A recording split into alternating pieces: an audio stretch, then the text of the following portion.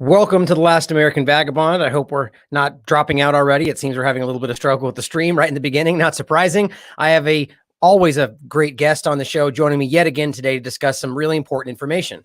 In fact, some leaked information that is getting into a discussion that we've talked about quite a lot, specifically with Vanessa Beeley, who's joining me today, in regard to the white helmets, in regard to James Mesurier or Mesurier, however people want to pronounce it, as well as a lot of information around Syria, foreign funding of terrorism, and Western state-sponsored terrorism, and things that we've been trying to break open on the show for quite a long time. So we're going to have her walk us through some new information that she came across, and probably open us up to some pretty new important things, as well as the fact that I think this is interesting that I'd like to get her opinion on in regard to the crossover and things in regard to COVID and how that applies to this topic as well. So Vanessa, thank you so much for joining me today. How are you? You're welcome. I'm just trying to repair my link to the PowerPoint. Everything crashed at that second as I came on. Typical. Right. Same with this side as well. I don't think that's by accident. No, I'm sure the powers that be are keeping an eye on us. Hi, no, it's really good to be back. It's been quite a while since we sat down and chatted, and I just wanted to come on because the recent information leak by the same group, supposedly anonymous, that leaked a load of information previously about UK Foreign Office intelligence operations inside Syria, providing particularly heavy media support for the armed groups, including those affiliated to Nusra Front or Al-Qaeda inside Syria. So effectively supporting terrorism and endorsing and advocating terrorism in Syria, as of course they have done since even before 2011. Then, of course, we had another tranche of documents from the same organization demonstrating that one of the main protagonists or one of the main intelligence contractors in Syria was also being contracted to infiltrate intelligence, security, military institutions in Lebanon, of course, in an attempt to instigate the same sectarian divisions and conflict there, as they have done or attempted to do in Syria. So the crossover is really, really interesting. And what I wanted to do tonight, there's been a recent leak, another leak by the same group, of documents appertaining to this particular organization, ARC Group, which is headed up by a guy called Alistair Harris, that we are extremely suspicious that he is linked to MI6. In fact, there is now, again, quite recently, a very clear link or a very clear connection between himself and MI6 operations inside Syria. And the BBC, the White Helmets, and other institutions or shadow state organizations that have been established inside Syria in order to both work alongside the terrorists, to provide cover for the terrorists, and to criminalize and demonize the Syrian government, the Syrian army, and allies inside Syria. So I wanted to get into this because what I've actually focused on, I mean, I'll be doing a much deeper dive into all the documents because they're vast and the information that they've released up is very important. But it's going to take a lot of time to go through and kind of write up. But tonight I wanted to focus on the BBC's role, because you're well aware, because I came on and talked to you about Chloe Hadjimatthew and her Mayday series, which was effectively a whitewash of the White Helmets operations in Syria, and really a sort of a cover-up for James Mesurier, who died in November 2019 in Istanbul. And interestingly, the British courts have returned a verdict of not sure if it was suicide or not. So the suicide verdict, which of course suited, let's say, everybody in the UK intelligence agencies and in the UK government, has not actually been confirmed by British courts. So that leaves really the verdict fairly open. So I think if we get straight into it, I want to start with a BBC Panorama report that has effectively been memory hold as far as I can see. It's no longer available at their official iPlayer website. That actual program is no longer available for viewing. It's not available on YouTube. There were a number of people that had downloaded it, and when I went to the link, which I'd had previously, they'd been removed from YouTube altogether. Luckily, I had downloaded the program back in 2017 when we knew it was going to be put out, because I predicted that this would be effectively a disconnect from the white helmets' involvement in war crimes that are being committed by the armed groups inside Syria. And of course it was. It focused entirely on the Free Syrian Police. But also what is interesting, if we go to the next slide, I prepared all these to kind of try and organize my thoughts. The Free Syrian Police, which was covered in this BBC Panorama program under the title of Jihadis You Pay For, and that gives you a clue. Now, basically, this program exposed the Free Syrian Police that are being funded by UK aid money.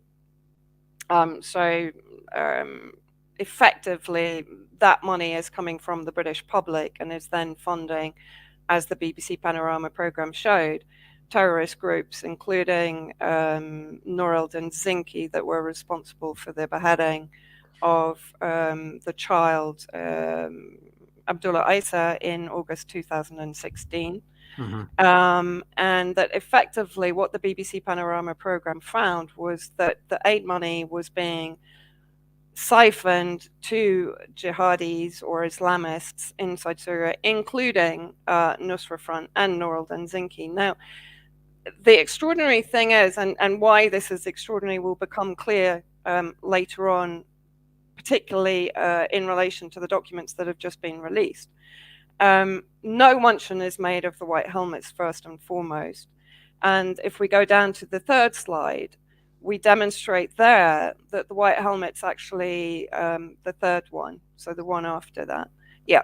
So if you look at the image, I guess it's on the right for people watching, you will see the Free Syrian Police operating quite openly with the white helmets alongside them. And on the left-hand side, you'll see the Free Syrian Police, as we so often see with the white helmets, operating inside a building that was occupied by Nusra Front, with the Nusra Front flag over the entrance to the building. Now, real quick, Vanessa, before you go forward, I want to just get some clarification on a couple of things. Two reasons. One, a lot of my audience has been very disconnected from a lot of this stuff for a while, and myself included. So one thing I want to ask before we go further into this is that what we're looking at here are the slides. What is I want to differentiate between the discussion of what was the leaked information and the BBC. The Panorama BBC documentary was publicly put out in 2017. Now they're trying to keep that from everybody's view. So what are we looking at right here? Where are these slides coming from? These slides are coming from social media images that were sent to me at the time, because just prior to the just prior to the BBC Panorama program, I had done an in-depth investigation into British funded contractors like Adam Smith International that is targeted in the BBC Panorama program, who were effectively funding what were euphemistically called local councils in East Aleppo. I proved through the documentation that I found in East Aleppo, in the local council buildings, once the terrorists had evacuated from the area to Idlib, paperwork connecting Adam Smith International. When I then investigated it, I found that the head of the local council was also the head of the White Helmets, and he was originally an armed member of Tawhid Brigade, which was the first Turkish-backed terrorist brigade that invaded Aleppo in 2012. But he was also, at that point, head of the local Nusra Front group. So effectively, Adam Smith International and the British government, because they were contracting Adam Smith International to effectively manage these so-called local councils, were therefore funding Nusra Front, because the funding was coming in to a Nusra Front leader who was also head of the White Helmet. So, I mean, it's not Obvious rocket science overlap. to make that connection. Right. So the BBC Panorama program came out immediately after that investigation. So we immediately recognized it as a kind of a smoke and mirrors job, like distracting away from the White Helmets criminality. Which is something they often do by giving you a little, throwing you a bone to make people go, oh, look, there are many companies we're talking about, and it's not really the full picture. Limited hangout is what that would be called. Yeah, exactly. And this is exactly what this proved to be, because they totally targeted Adam Smith International. Now, to give a little bit of background and why this is going to be important as we continue talking, you'll see the connection to the documents that have been released that have confirmed what I suspected and is connected to this BBC Panorama program, right? So Adam Smith International, they've been awarded, I think, according to BBC Panorama, 537 million in aid contracts. Just run that by yourself again. 537 million pounds, right? English pounds. So I don't know how that converts into dollars right away, but it's a large sum, right? To run aid contracts globally, including inside Syria. It's also worth noting that Adam Smith International have funded Bellingcat to the tune of 65,000. Bellingcat, the well-known intelligence-run, NATO-connected disinformation agency, right? The overlaps are just so very obvious. I mean, that's the thing for those that who are pulling on their memory from things we've talked about a lot in the past. The overlap between the funding of these groups that then work right alongside the groups like al-Nusra. For those who don't remember, this is an overt terrorist organization. It's amazing. So please continue. And the really interesting thing, because I looked into Adam Smith International when I was investigating the White Helmet connection, right? And Adam Smith International, in my opinion, are a fall guy for the British government. So when British government funding is exposed to be going into, let's say, fairly shadowy directions, Adam Smith International take the fall. And this is basically, I believe, what happened with this BBC Panorama program. And as I said, this will become very clear as we start to go through the documents and the information that I have, and making the connection, and this is really important, making the connection between Free Syrian Police and the White Helmets.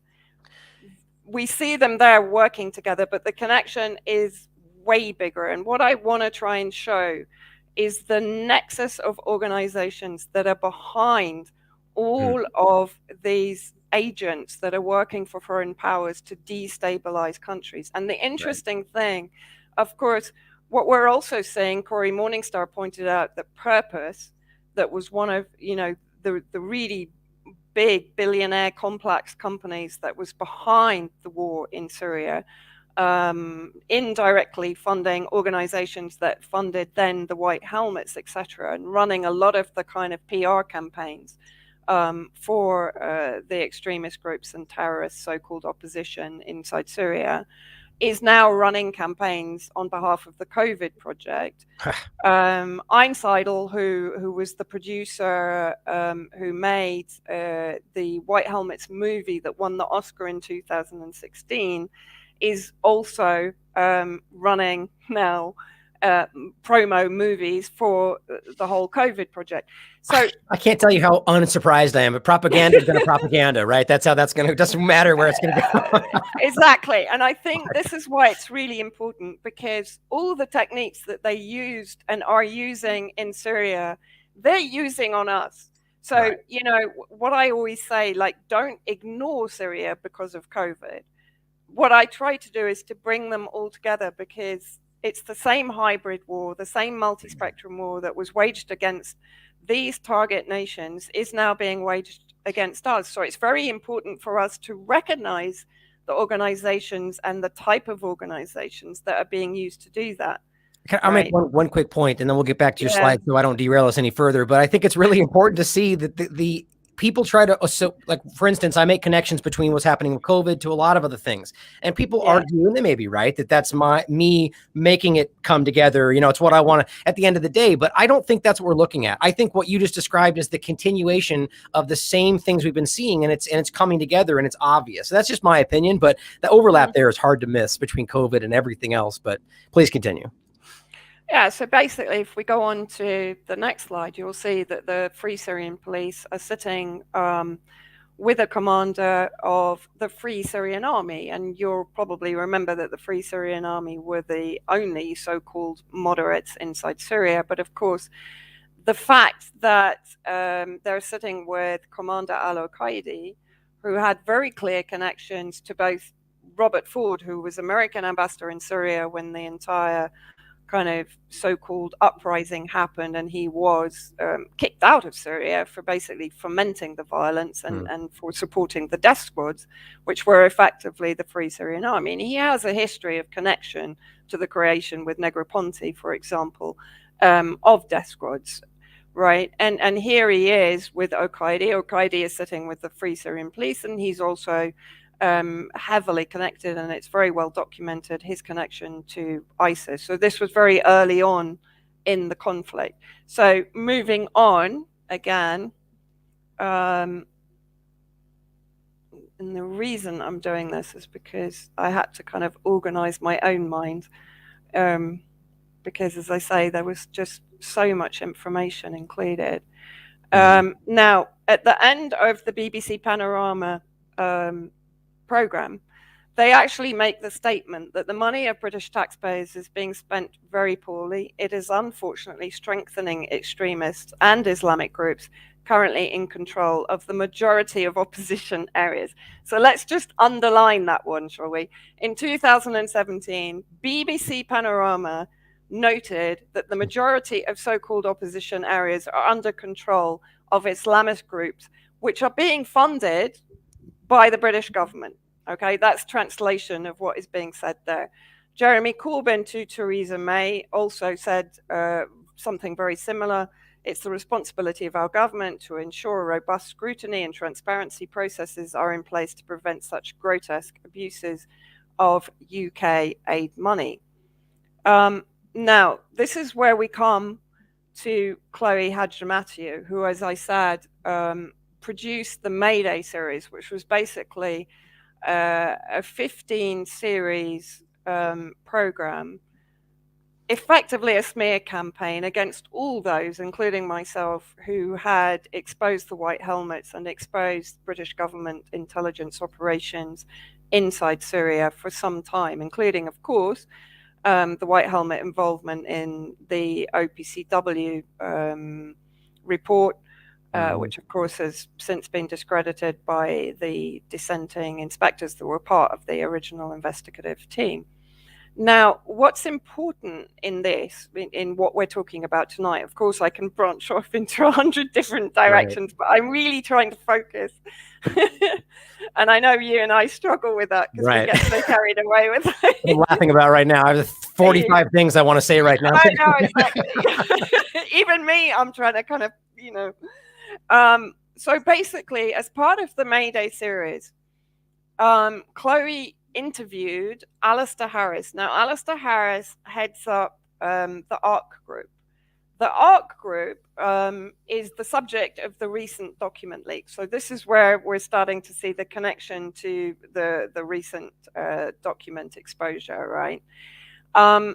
She interviewed Alistair Harris because as CEO of ARC Group, he's connected in 3 ways, probably more, but I'm looking at 3 ways tonight.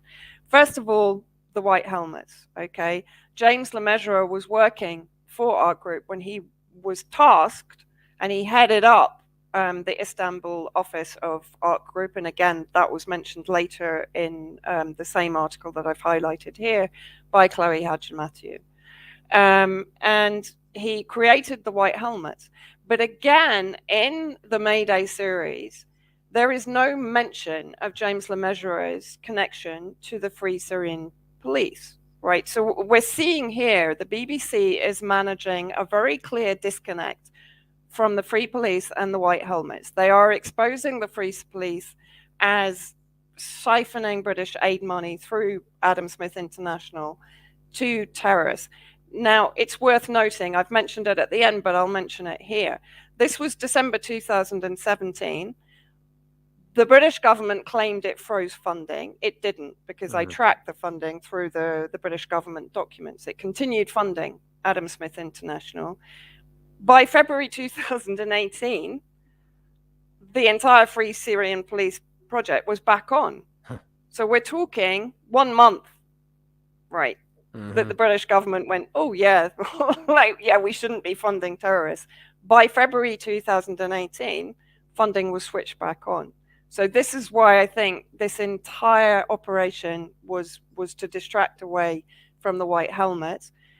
Fast forward 2019 to 2020, Chloe Hadjimatia is brought in to further cover up the role of the White Helmets in the destabilization project run by the UK Foreign Office and intelligence agencies inside Syria. We see this kind of play with action that's hollow with politics and media all the time. Actually, interestingly enough, we saw it very similarly with Trump's move to defund the White Helmets too, where they make a big splashy statement and everybody covers it, and then 2 days later they go back on it, but nobody covers that part of it. Then it ends up being I actually called out Trump's frozen funding. Yeah, I actually said no. All it's done is just is deviated it to someone else. Right. And to ensure that that funding will continue, but not through, the usual auspices. That's basically what that was down to. Right. Same thing happened with the WHO and Gavi and the same kind of thing, where the Trump supporters were like, oh, he defunded them, and no, they just funneled it through and they got more now. Yeah, exactly. Angle. Yeah. No, it's just a wormhole. I mean, they just swap wormholes. It's like shove the money through a different hole in the wall to the first one, and then when everyone's forgotten and the dust has settled down and so on, then they come back to the original Adam Smith International, as I said, been had up for fraud multiple times, very shadowy operation, and yet they continue using it. So what does that tell you about the British government, basically? Right. After they just admitted that most of the groups are terrorist organizations when it suited them, but now we'll come back and now they're good because we won't talk about it anymore. Yeah, now they're good because everyone's forgotten about it now, and COVID. Yeah, exactly. So basically, in this particular article, in the Mayday series, Chloe interviewed Alistair Harris. In a later article, she also interviewed a guy called Shia Mohammed, who turns out to be a very close friend of James Le Mesurier. And again, this is very interesting because I actually wrote to Chloe and asked her directly. I said, and I also later wrote to her line manager because I got no response from either of them, but they can't claim I haven't contacted them. And I asked why they didn't cover Le Mesurier's connection to the Free Syrian Police in the Mayday series, and also why she interviewed Shia Mohammed and didn't also ask him about James's connection to the Free Syrian Police. And obviously, there was absolutely no answer. But this is where it gets interesting, okay? Remember in the BBC Panorama program, there was no mention of the ARC group, right? Analysis, Research and Knowledge is what it stands for. Basically, Stratcom in another disguise, right? The target was Adam Smith International that took the fall for 1 month and then came back on stream in February. Why was ARC Group completely covered up, and why is the BBC now memory holing this program? Because in one of the recently released documents, we see very, very clearly, if we skim down, ARC has also provided communications support to other conflict stability and security funds. So that's the UK Foreign Office, very kind of shady fund that has zero transparency, or certainly used to. Many MPs actually complained about it a couple of years ago. So the CSSF funded projects in Syria, such as Syria Civil Defense, which is a complete shadow state fraudulent name because they're the White Helmets. Syria Civil Defense exists inside Syria, created in 1953, and the only one recognized by the International Civil Defense Organization in Geneva, and the Free Syria Police through posters, booklets, broadcast products, receiving extremely positive feedback, which was gathered through large-scale surveys and social media monitoring. So in other words, very similar to the original leak about the UK Foreign Office providing media support for armed groups, etc. Of course, here we have ARC Group not only helping in the creation through James Le Mesurier of the Free Syrian Police, the White Helmets, but then providing communications. In other documents, they talk about providing stringers or appointing stringers inside Syria to provide them with the information they needed for their various evidence collecting operations to further criminalize the Syrian government, etc. And also, what is extraordinary, what comes through from and explains, in my opinion, why they are trying to desperately cover up this operation is the sheer size of it, Ryan. I mean, this guy, Alistair Harris, who in the Mayday series program sort of rather coyly says, you know, he should be described as a diplomat, you know, who clearly has links to security apparatus, to MI6, you know, etc. And is running intelligence operations in Lebanon, in Yemen, in Syria, in Iraq. I mean, you know, when years ago, I remember going on James Corbett and talking about why the White Helmets are being so protected. And I said, because I'm guessing it's going to be a global franchise. Well, bang on. Yeah. I was over target, you know. I remember you saying that. Exactly, yeah. That's exactly what these documents now prove, right? That it was aimed at that from the very beginning. Is that what you're saying? Yeah, exactly. Yeah. And that's why the identity or rather the the involvement of ARC has been covered up.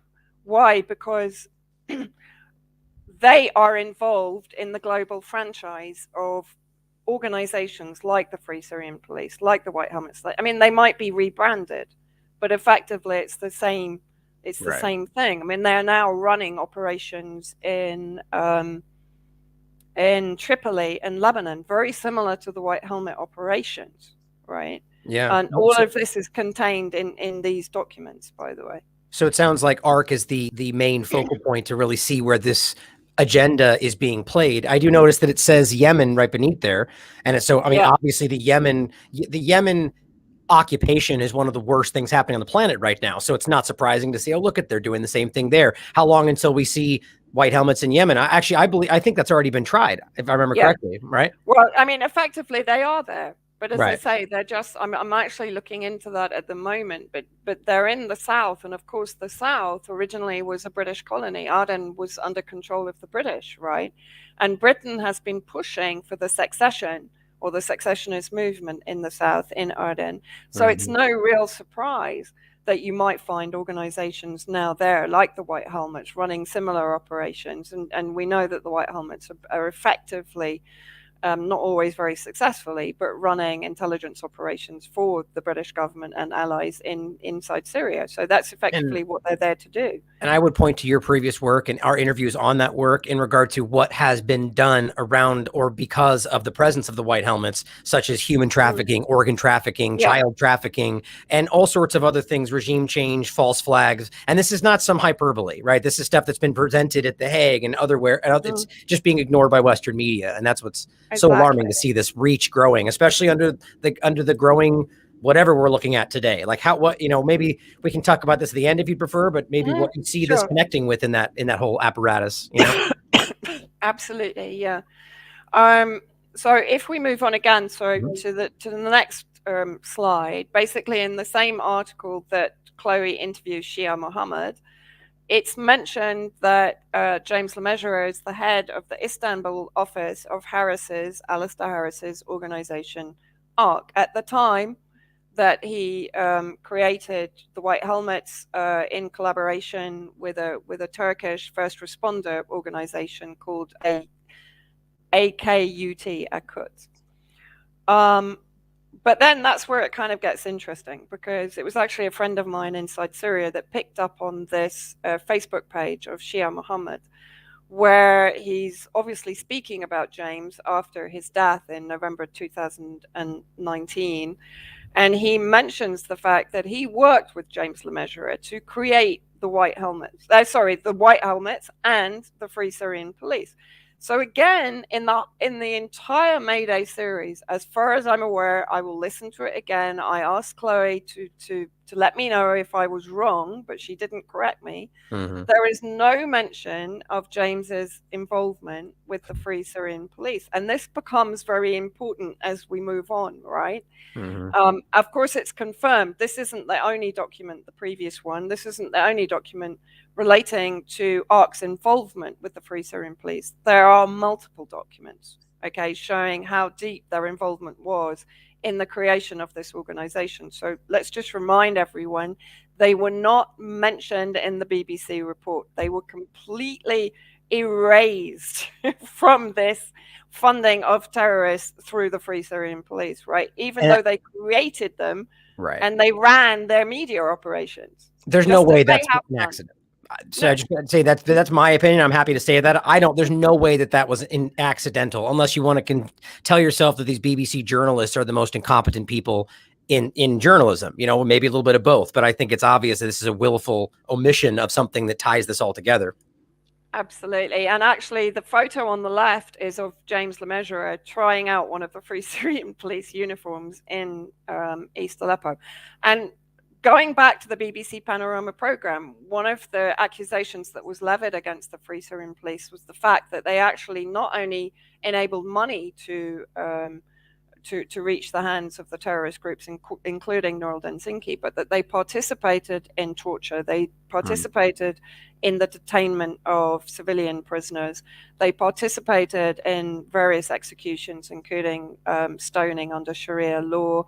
They worked with Nur al-Din, who, as I said, beheaded the 16-year-old boy, or was he 12? Sorry, 12-year-old boy in East Aleppo in 2016. Have you disappeared? Oh, you disappeared for a second. And exactly the same type of accusations are levied, not by the BBC, but by Syrian civilians against the White Helmets. The White Helmets participated in torture and execution. They enabled the detainment of civilian prisoners. They participated in the summary execution under Sharia court law. And James Le Mesurier even admitted that when he was trying to excuse their participation or their mopping up after executions by saying, well, they're operating under Sharia law. Well, James, that's under, extremist Islamic law, mate. So effectively what we're seeing is a mirroring of operations, but the White Helmets were completely pushed to one side and no, they're fine. The Free Syrian Police were exposed, and yet both operations are created and run by the same organization, the same UK government contractor, which is ARC Group, which employed James Le Mesurier to set both organizations up. Which is why he was omitted. But what you can't, this is what I see all the time in this, and it's willful by the people that don't want to see this, that he points and you, as you said, makes the excuse and says, well, it's because of their Sharia law. But then later down the line, you point back at this, well, he admitted they were, but there's an excuse. Now it's just that didn't happen. That's not the case. Yeah. They never did that, but it's all just narrative in the moment, and this is the frustrating part, is that there's a level of even people involved in this, just discussing media, who choose not to see it. Same thing in every discussion you want to point at today. It's just becoming very obvious. But that's the kind of stuff that I love your work for, is because you're keeping the continuity here. He did say that. So you can't go forward acting like that's not the case. Exactly. And he also talked in I think it was a Georgetown University paper, he talked about the sectarian nature of the White Helmets, which again is something that I've always labored. They are sectarian. They're not inclusive of all other minority sects inside Syria. So effectively, they're prone to the extremist radicalization. If you're going to sort of give them some get out, if you like, because of their sectarian thinking, they are more likely to be radicalized by the extremist armed groups, particularly Nusra Front. But then again, one of the White Helmets who was still operating when I interviewed him in the southern Syria, in Dara, told me quite clearly, if a leader of the White Helmets is Nusra Front, the whole group will be Nusra Front. So, they were heavily influenced by the extremist ideology of the armed groups that were affiliated to Nusra Front. Now, in September 2018, and Whitney wrote about this at Mint Press News, the Netherlands actually cut funding to the White Helmets over likely links to terrorism and the likelihood or the lack of assurances that funding was not basically being siphoned to the terrorist groups in a very similar way to the Free Syrian Police. Right. But yet again, no mention from the BBC. And I'm pretty certain that this wasn't really mentioned by Chloe Hadjimatthew in her Mayday series either. And then, of course, in 2020, you had the Volkskrant revelation that James Mesurier was basically under suspicion of fraud, having, according to the investigation, embezzled at least 50,000, which had gone to the costs of his wedding to Emma Winberg, then Emma Le Mesurier. And of course, let's round this off completely. Emma Winberg set up a company called IncoStrat with Paul Tilley, another former military contractor. And what did Emma Winberg do? She ran PR and media support for armed groups inside Syria, which included Jaish al-Islam, that occupied Douma, where the chemical attack in 2018 happened. One of the most violent sectarian extremist groups inside Syria, responsible for mass ethnic cleansing, executions, torture in the prison where they kept all the prisoners that they kidnapped from Adra to the north of Damascus, and then took them to Douma, where they kept them in Taba jail, and also put them in cages and used them as human shields in, I think it was November 2015. So Emma Winberg, then later the impact officer at Mayday Rescue, married James Le Mesurier, but formerly in charge of PR for some of the most violent armed groups inside Syria. But again, this was completely and utterly omitted from the Mayday series, from any articles that then followed by Chloe Hadjimatthew. And in fact, Emma Le Mesurier is now apparently going after Volkskrant for their baseless smears against JLM. But of course, there's an awful lot of omission in her claims. I can't go too much into the whole kind of financial front because we'll be here all night. But it's been covered by a number of outlets, independent outlets, including the Working Group for Syria Media and Propaganda, which of course were the academics that were then targeted. I'll come on to that. Well, real quick, I wanted to ask you in regard to the money and all the other things that you're discussing, the wife and the connections and all. Is there your email obviously reached out to try to clarify, like, why were these things not included? Is there any level of like, here's why this obvious stuff that's verifiable was not, to just pretend it's not there? That's crazy. Yeah, I think they're just kind of going, don't reply. Yeah. I'm actually, I mean, as much as I know they're all propaganda, I'm actually baffled by how blatant this is today. Because this is written, I mean, you're pointing to previous mainstream discussions that prove that they're not including this stuff. They're not even trying anymore. Yeah, I mean, it's extraordinary. And the BBC is the British state media, right? I mean, like it really, I mean, there seriously has to be a public inquiry into this. I mean, John Bilger did the fantastic The War You Don't See after Iraq and held the BBC to account. But I mean, there has to be, not only on Syria and Iraq and Libya and so on, Afghanistan, but also now on COVID. I mean, their coverage has been nothing short of gaslighting, to be honest. And, you know, it's a psyop, and that's what they're running here. It's revealed Yeah, what they really are and the purpose they yeah, serve from the top down. totally. I guarantee there are people within there, like the Alison Morrows of the world, that are trying to do good within and they just realize they can't and break off.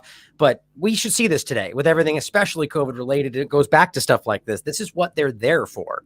I think that's pretty clear.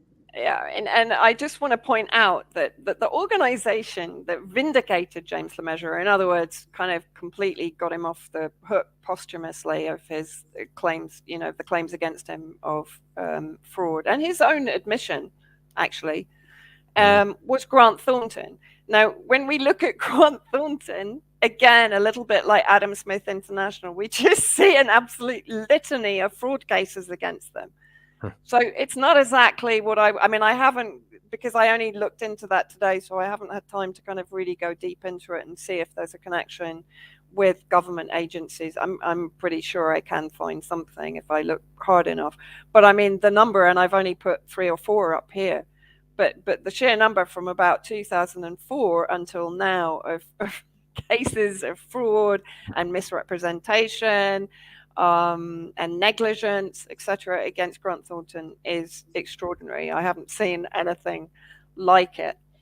But and here we come again. What I'm trying to show now is the fact that all of these organizations involved, particularly in Syria and under the umbrella of ARC, are responsible for the theft, basically, of public money, the sponsorship of terrorism, effectively, Free Syrian Police, White Helmet Funds, right? And so here in one of these documents, we pick up a connection between ARC and an organization called Active Strategy. Just to real quickly cut in, Vanessa, I apologize. Yeah. I believe I'm a couple slides behind you on there. For the audience, I apologize about that. Sorry. I wasn't aware that you just, so I just want to make sure people for the audience can see. No, it's okay. I'm so interested in what you're discussing. I'm losing track of this. So just so people can see for the show, this is what you were referencing in regard to the fraud. And there's all the evidence in front of you, the mainstream articles, so you can see. And then we're caught up with you. Please continue. Work in tandem with another implementer. That was my fault. Please continue. No worries. I was getting too much into it. So they were basically then requested, so from 2013 to 2015, to work in tandem with another implementer, Active Strategy, that was designated to deliver one of 6 lines of effort. So basically, he then talks about Actis's lack of prior experience on Syria and the fact that ARC will work closely with them to deliver the program. So effectively, ARC took control of the Actis program.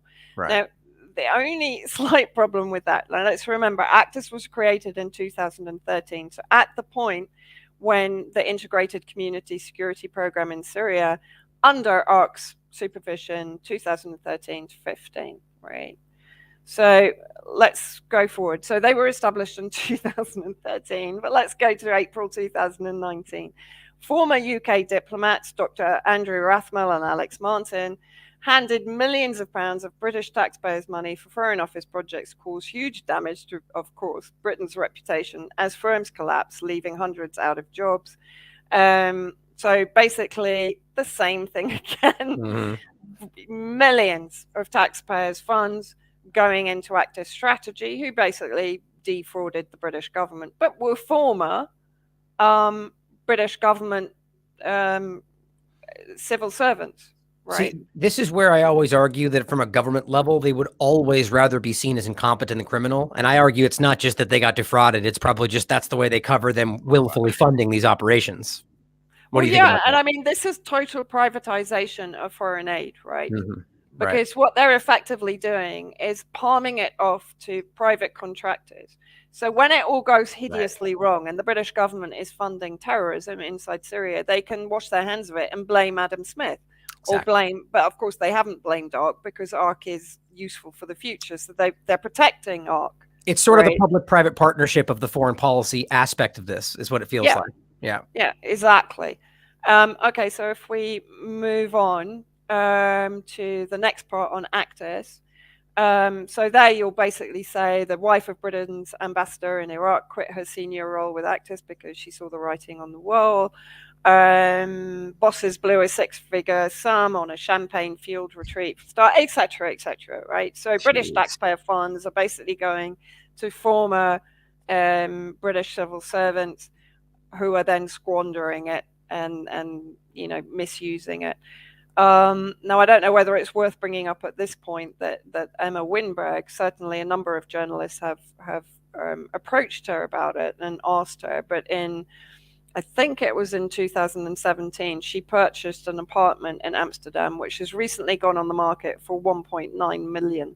Huh. So as a lowly CEO of a company providing PR for terrorist groups, one has to ask where on earth they she got the financing for that kind of. And then, of course, as I said, as I mentioned, within 1 month, the project was back on stream, the Free Syrian Police. So in my opinion, as I said, this entire exercise, including the BBC Mayday series, including BBC Panorama, which has now been memory hold, and I would also like to know, has anyone heard of Chloe Hadjimatheou since the Mayday series? But the really interesting point, and this is where I can come on to the fact that when I went to the UK recently, I was detained by the anti-terrorism police for 6 hours on my arrival.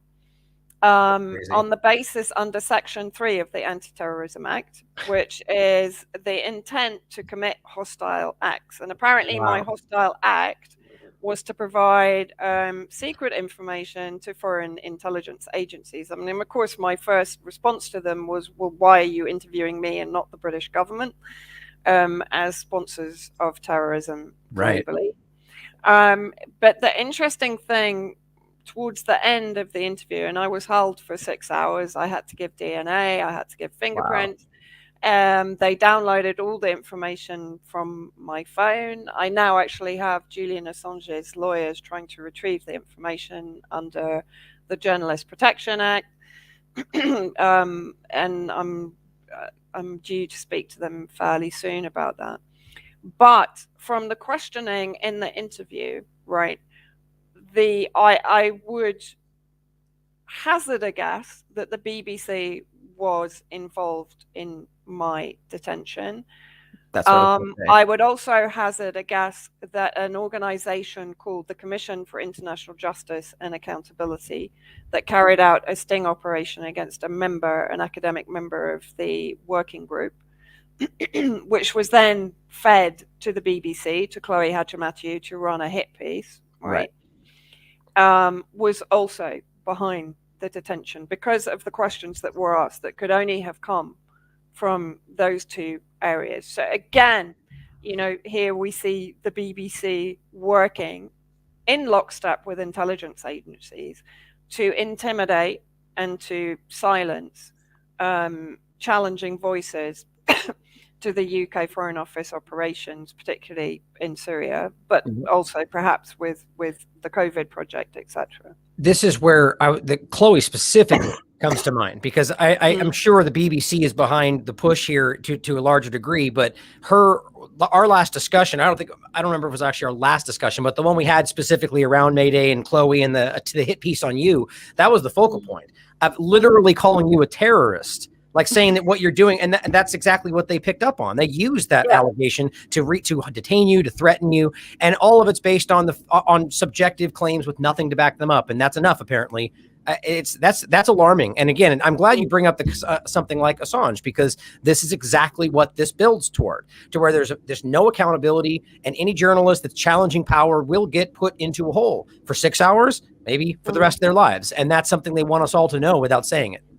Yeah, and also it's worth pointing out that CIJA, the Commission for International Justice and Accountability, which is headed up by a guy called Bill Wiley, who was involved in the Saddam Hussein trial in Iraq, was also created by guess which group under the control of Alistair Harris. Yeah, you've got it, the ARC group, right? And CIJA, of course, is responsible, and one of the reasons that they lashed out against the working group was they claimed that it would put under threat the 700,000 pages of Syrian government documentation that they claim to have stored in a secure area in the UK.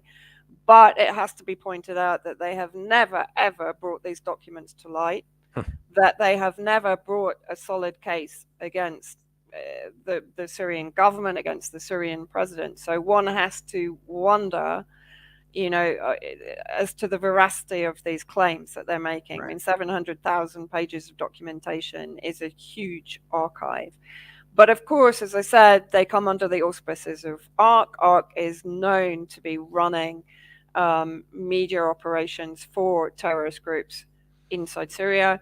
It headed up the Free Syrian Police that was exposed by BBC Panorama to be funneling money to the terrorist groups and working hand in hand with the terrorist groups, as were the White Helmets, also created by the ARC group and James Le Mesurier.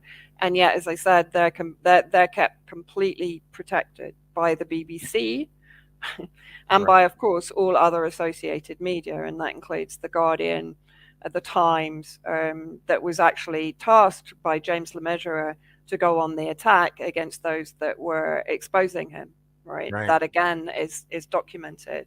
And this is why we discuss the BBC and other groups. I mean, this is complicit. This isn't just malfeasance, or I guess, lacking integrity. This is an actual action that, I mean, what they're doing is not just by omission, but in fact, like you're saying, taking out hit pieces, complete propaganda to cover actions. But at the very least, like we're seeing here, a lie by omission is just as complicit, and they're keeping this stuff from people's view. You can go back long before the discussion of the OPCW and that big focal point which is very important, of the lie and the cover up of that whole thing. But to the point you were just making, you can go back long before that, back to Carla Del Ponte and different people from before that very clearly lay out the evidence that this is not what they said it was. And we just keep going forward. So I always find it very interesting that the OPCW part of this seems to be such a focal point, seeing as how there's so many other cases before it that there wasn't an OPCW up in the air discussion. We can prove, we can see. She comes on record and says, no, it was the rebels. We just pretend that's not there. I often wonder whether these are false kind of arguments to get us focused on the wrong part of the conversation, Yeah, absolutely. And also, don't forget that BBC Panorama was implicated in a possible hoax incendiary bomb attack in 2013, just before Britain voted on whether they should intervene militarily in Syria and bomb Syria effectively. And of course, that was exposed by researcher Robert Stewart. So BBC Panorama also is implicated as a separate entity or as a part of the BBC entity, but a kind of, a branch of it, which is implicated in 2013. And now, in my opinion, implicated in 2017. This was a total cover up. Let's throw Adam Smith International into the mix. Let's throw Free Syrian Police to the dogs, but we'll bring them back in when everything's died down. Right. And that's basically what that was all about. And that is clearly demonstrated now by the most recent leaks, which totally expose Le Mesurier's involvement in the Free Syrian Police, not mentioned, and ARC's involvement in the creation of the Free Syrian Police, and their involvement, as I said, globally on behalf of the British government to gain influence and to foment destabilization in target countries, which include Lebanon, include Yemen, Iraq, etc. Yeah, I think it's such an obvious, I mean, just whether or not you hear all this and you walk away thinking, well, they're just being dishonest, or there's more to it. There's more, willful action in regard to foreign policy taking place from BBC level. It's obvious that this is just dishonest journalism. There's so much being missed in this conversation, willfully so. And that's just, and that's the smallest part of it. So we really need to stand back and look at the bigger picture here of what this is leading to and what's being covered up. Go ahead, you had a point?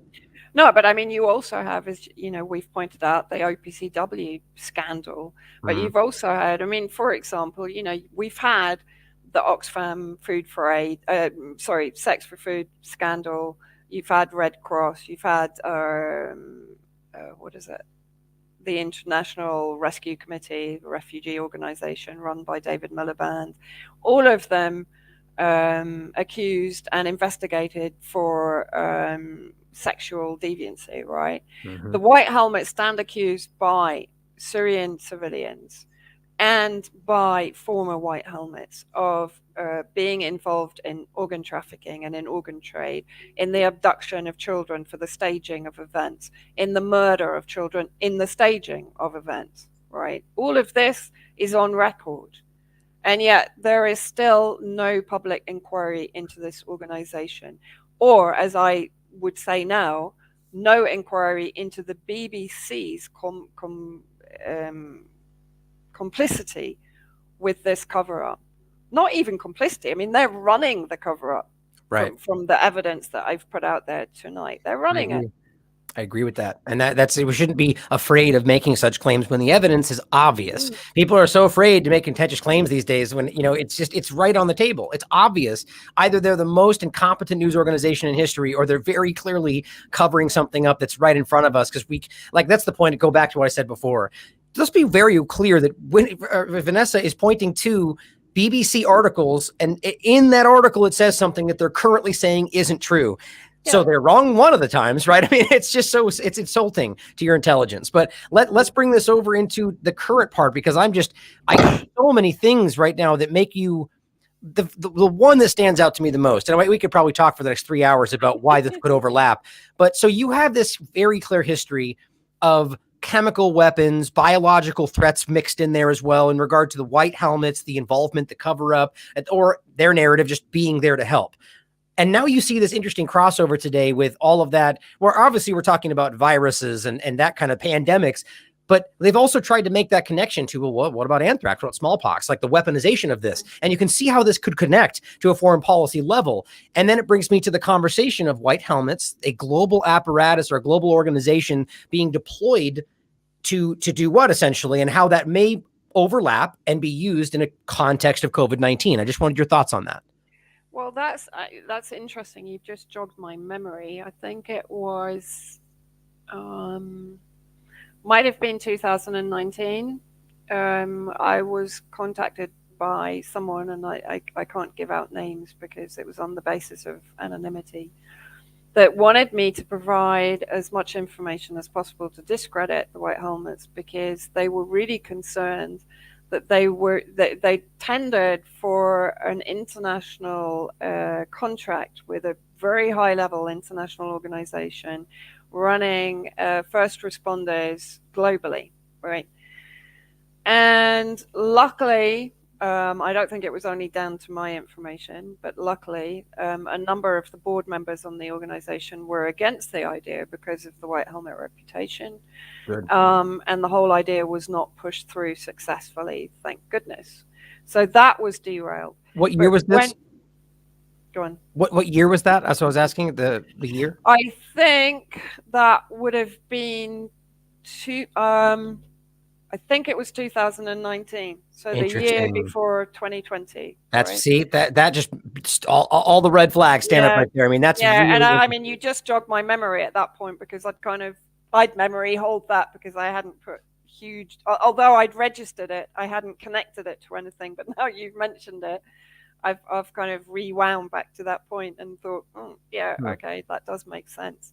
But it's also, there's no reason to think that ARC, for example, is not going to, I mean, it's running Stratcom for strategic communications for just about every terrorist group on the planet, So if the COVID operation or the COVID project or whatever bioterror, cyber warfare project is going to take precedence over localized conflict, right?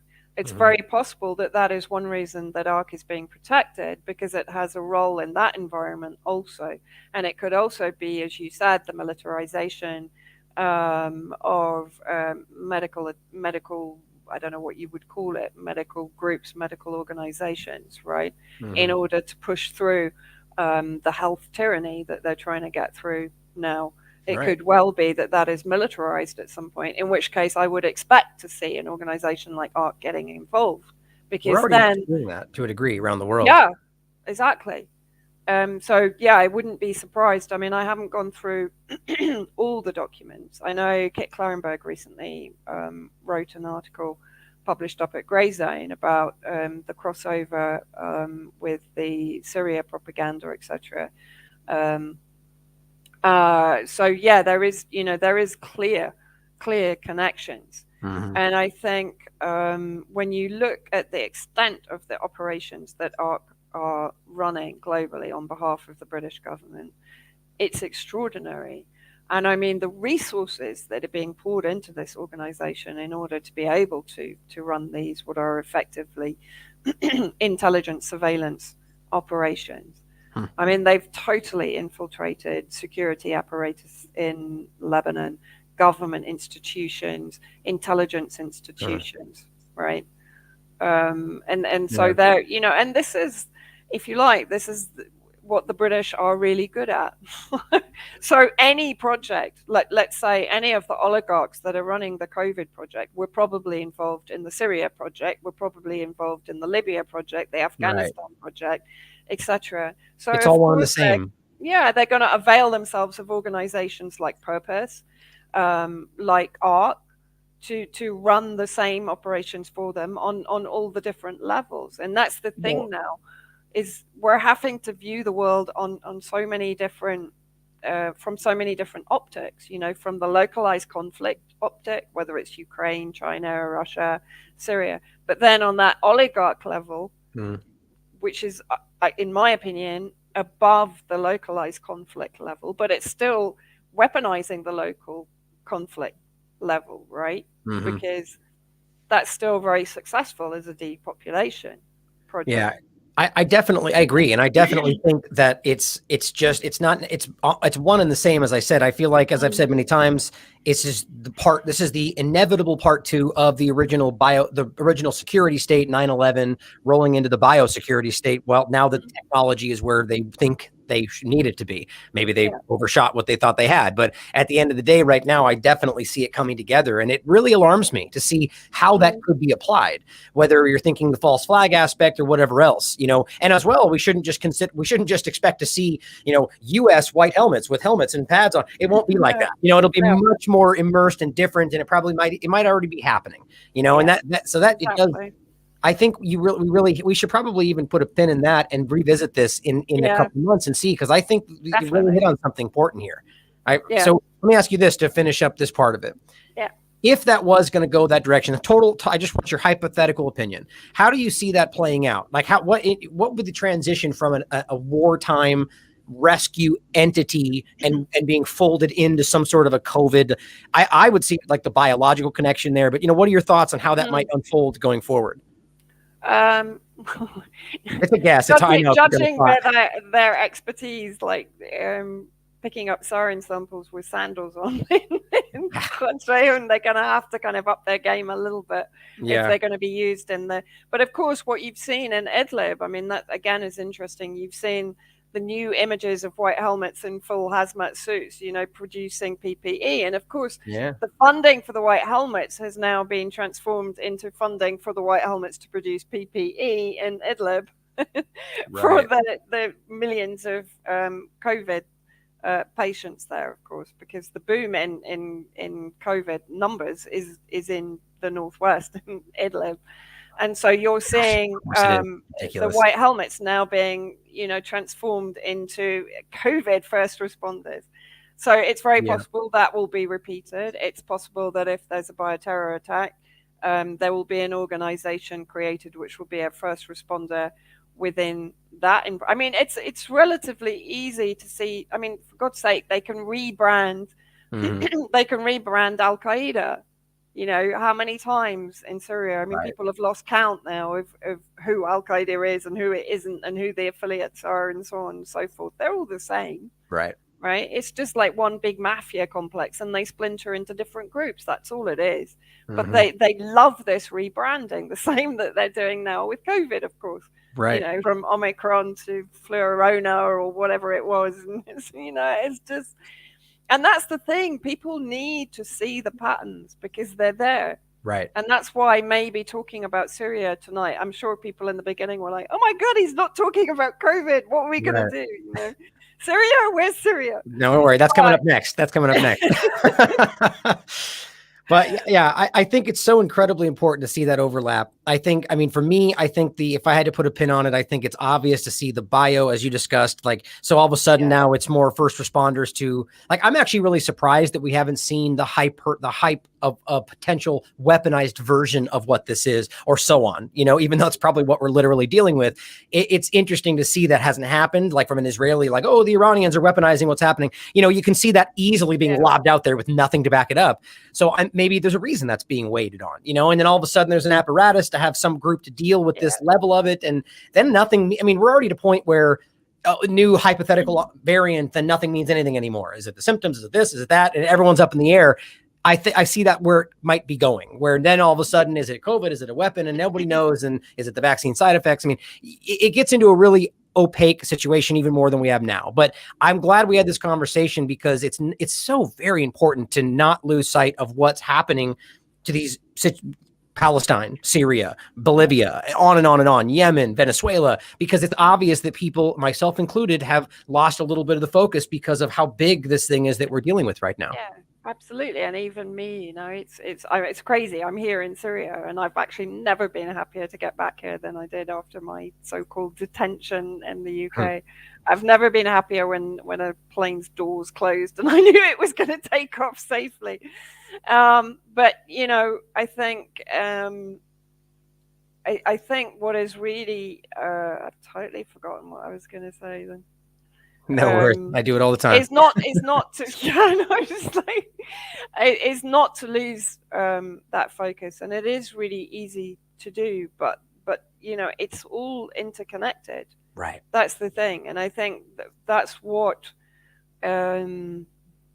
because now here in Syria, actually vaccines are becoming mandatory. I mean, people are being coerced into vaccines here, whereas up until very recently, Syria was quite even-handed and rational in its response to, the so-called pandemic. Now it becomes very clear that some kind of political pressure has been brought to bear, and Syria is having to come a little more into line, let's say.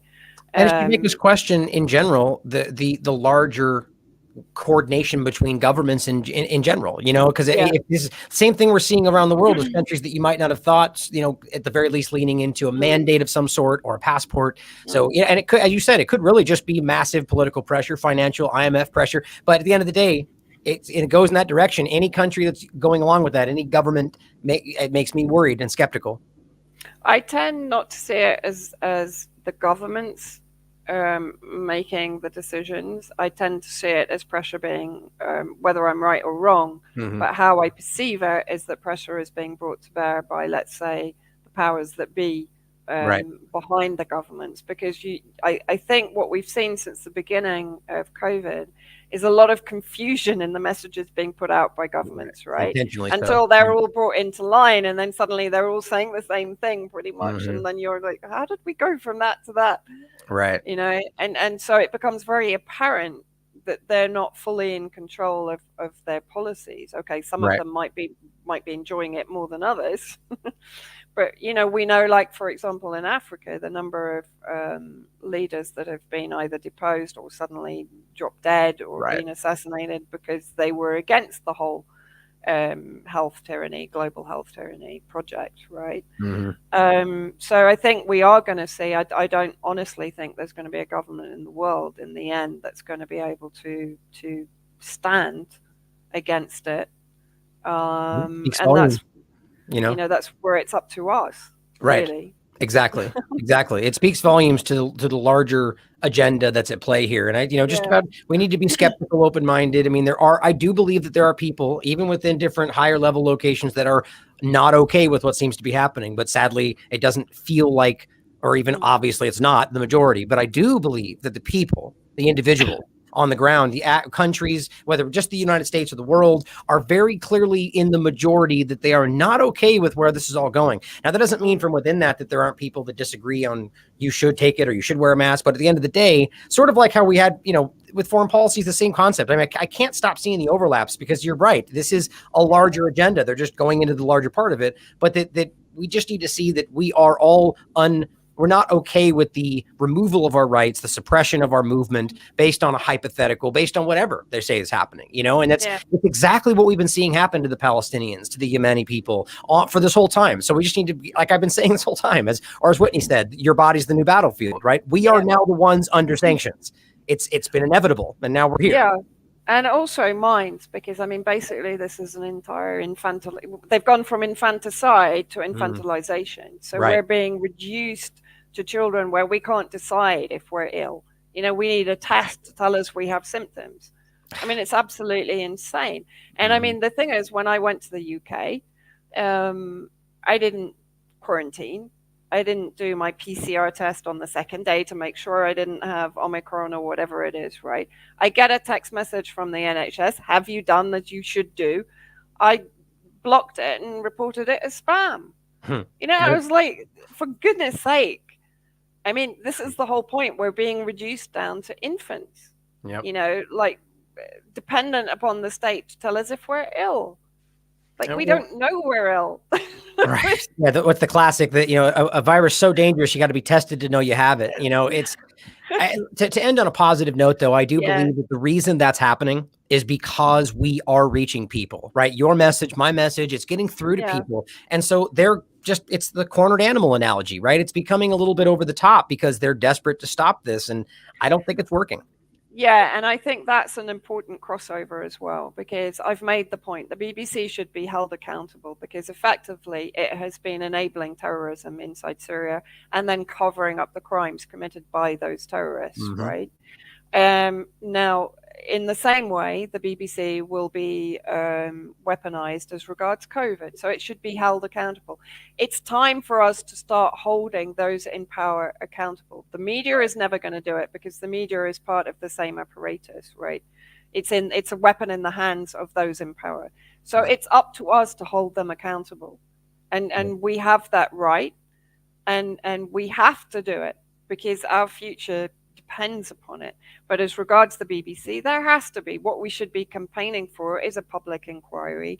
They should be held accountable. All of these media organizations, right, that have effectively promoted war for decades, that have defended terrorism since 9/11, right? You know, I agree. they should be held accountable. And that's the bottom line. You know, we've got to fight for our minds. We've got to fight for our bodily autonomy. And all those fake left journalists that are attacking us for our individualism, they weren't saying that when Israel was forcing sterilizing vaccinations on Ethiopian immigrants in the Zionist entity enclaves, right?